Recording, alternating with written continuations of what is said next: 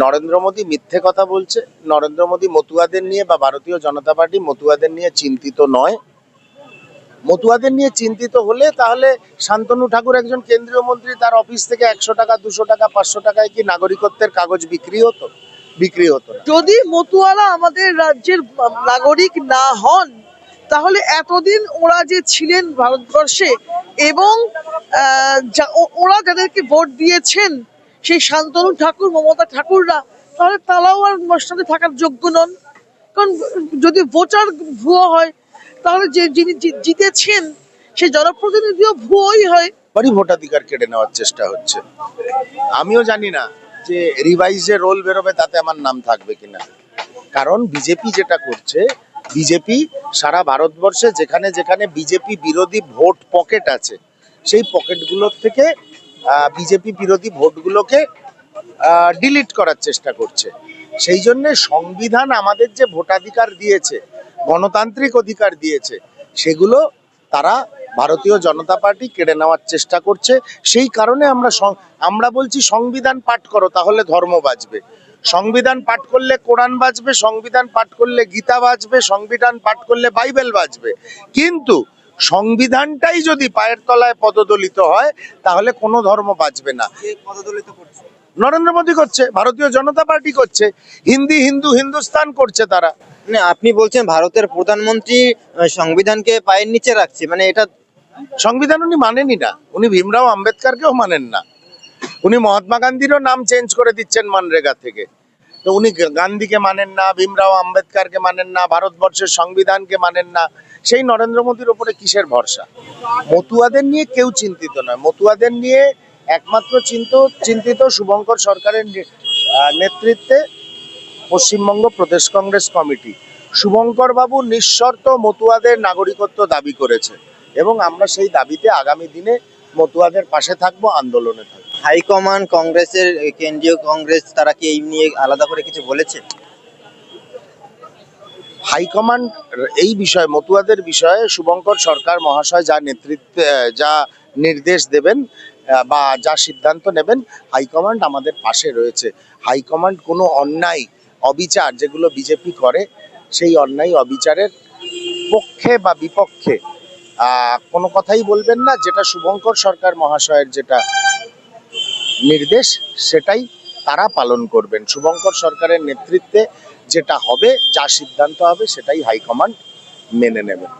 দাদা, লক্ষ্যকণ্ঠে গীতা পাঠের পরেই তো আপনারা এই সহস্রকণ্ঠে সংবিধানের পাঠের ডাক দিয়েছিলেন, কিন্তু লক্ষ্যকণ্ঠে গীতা পাঠের মঞ্চেও আমরা দেখেছি যে জাতীয় পতাকার ব্যবহার হয়েছিল, অনেকে জাতীয় পতাকা নিয়ে এসেছেন, কিন্তু সংবিধান পাঠের মঞ্চে সেইভাবে জাতীয় পতাকার মানে আমরা দেখতে পেলাম না।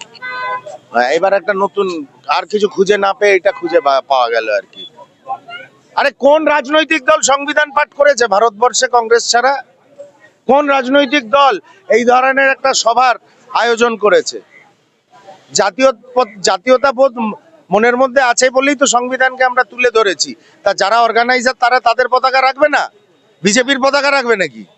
জাতীয় পতাকা দেখলাম না না, ঠিক আছে, জাতীয়তাবোধ, জাতীয় পতাকা, ভারতবর্ষের সংবিধান সবই আমরা মাথায় নিয়ে রাজনীতির ময়দানে সবসময় এগিয়ে যাই। বিষয়টা হচ্ছে যে দেখুন, পশ্চিমবঙ্গে বর্তমান অবস্থা হচ্ছে লক্ষ্যকণ্ঠে গীতা পাঠ, লক্ষ্যকণ্ঠে কোরআন পাঠ। শিক্ষা, সংস্কৃতি, পড়াশুনো, চাকরি, ক্ষুধাসূচকে আমরা পিছিয়ে যাচ্ছি। এইসব নিয়ে আলোচনা আর মোটে হচ্ছে না। আর পশ্চিমবঙ্গে কি আমাদের একমাত্র পরিচয় হচ্ছে বাঙালি, শিক্ষিত বাঙালি। শিক্ষা ব্যবস্থা এখানে অলমোস্ট শেষ। শিক্ষামন্ত্রী সবেমাত্র জেল থেকে গৌরবের সঙ্গে বেরোলেন এবং রোজই আমরা রায় এক একটা বিষয় বেশ বেরোচ্ছে। প্রাথমিক, কখনো প্রাথমিক, কখনো মাধ্যমিক, কখনো উচ্চ মাধ্যমিক বা ইত্যাদি ইত্যাদিতে 26,000 জনের চাকরি গেছে।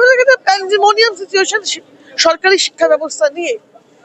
এইসব বিষয়গুলো থেকে চোখ ঘোরানোর জন্যই আসলে এইসব কাজ করা হচ্ছে আমাদের রাজ্যে। যে দুটি দল ক্ষমতায় আছে, একজন ক্ষমতায় আছে আর একজন যা বিপক্ষে আছে, তাদের দুজনেরই জন্ম আরএসএস এর গর্ভ থেকে। আরএসএস এর গর্ভ থেকে জন্ম নেওয়া মমতা বন্দ্যোপাধ্যায় এবং বিজেপি বাংলার যে সংস্কৃতি, সেটাকে কোট আনকোট ঘেঁটে দেওয়ারই যে চেষ্টা করছে, সেই ঘেঁটে দেওয়া থেকে সেটাকে বাঁচানোর জন্য আমরা একই বৃন্তে দুটি কুসুম, এবং প্রতিটি মানুষের, এখানে জাত নেই, ধর্ম নেই, বর্ণ নেই, নির্বিশেষে প্রতিটি মানুষের অধিকার এক। সেটা ভোটাধিকার হতে পারে, সেটা শিক্ষার অধিকার হতে পারে, সেটা খাদ্যের অধিকার হতে পারে, সেটা কাজের অধিকার হতে পারে। সবটাই যে ওই সব অধিকার ইনশিওর করে যে ধর্মগ্রন্থ, এবং প্রতিটি ধর্মকে সুরক্ষিত রাখার অধিকার যে যে গ্রন্থের মাধ্যমে আমরা পেয়ে যাই, সেই গ্রন্থ হচ্ছে সংবিধান। আমরা সেই সংবিধানকে আজকে পাঠ করে সেই পুরনো কথাতেই মানুষকে আরেকবার বার্তাটা দিলাম যে সব এক জাতি এক প্রাণ, একতা। এটাই হচ্ছে বাংলায় তথা ভারতবর্ষের কথা। আমরা আলাদার কথা বলতে পারি না, আমরা কথা বলো আলাদার কথা, ভিন্নতার কথা আমরা বলবো না। আমাদের ভাষা বহুস্বরের কথা বলে, আমাদের সংস্কৃতি বহু স্বর, বহু ভাষা, বহু ধর্মের কথা বলে।